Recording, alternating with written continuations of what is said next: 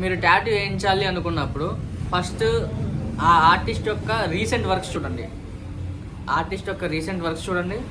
Second thing ఏంటంటే గూగుల్లో comments చూడండి, రివ్యూస్ అనమాట, గూగుల్ రివ్యూస్ చూడండి.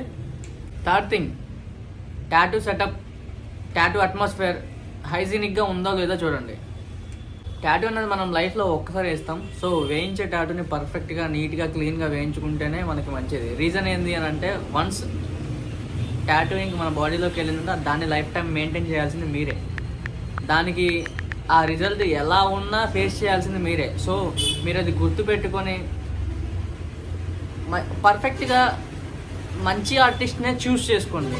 రీజన్ ఏంటి అని అంటే, నామకావాస్ టాటూ వేసిన తర్వాత దాన్ని మనం చూపించుకోలేం, దాచుకోలేం. మనల్ని పైసలు ఖర్చు పెట్టిన తర్వాత ఎందుకు ఖర్చు పెట్టామో నాయన లైఫ్ టైం మీరు ఫీల్ అవ్వాల్సి వస్తుంది. ఈవెన్ దాన్ని టాటూ రిమూవ్ చేయించాలని నార్మల్గా స్కిన్ అయితే రాదు. సో కవర్ చేసి మళ్ళీ వేరే టాటూ వేయించాలి.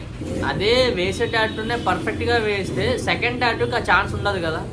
ఇలాంటి చిన్న చిన్న మిస్టేక్స్ చేయకుండా మీరు టాటూ షాప్కి విజిట్ చేసే ముందే టాటూ షాప్ రివ్యూస్ ఎలా ఉన్నాయి, వర్క్ ఎలా ఉంది, రీసెంట్గా చేసిన వర్క్ ఎలా ఉంది,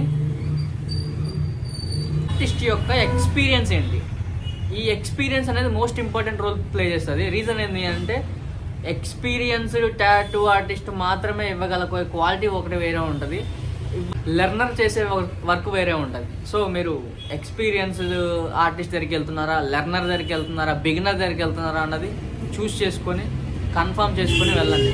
ఒక్కసారి మన బాడీ పైన పడిందంటే లైఫ్ టైం మెయింటైన్ చేయాలి. So please keep this points in mind.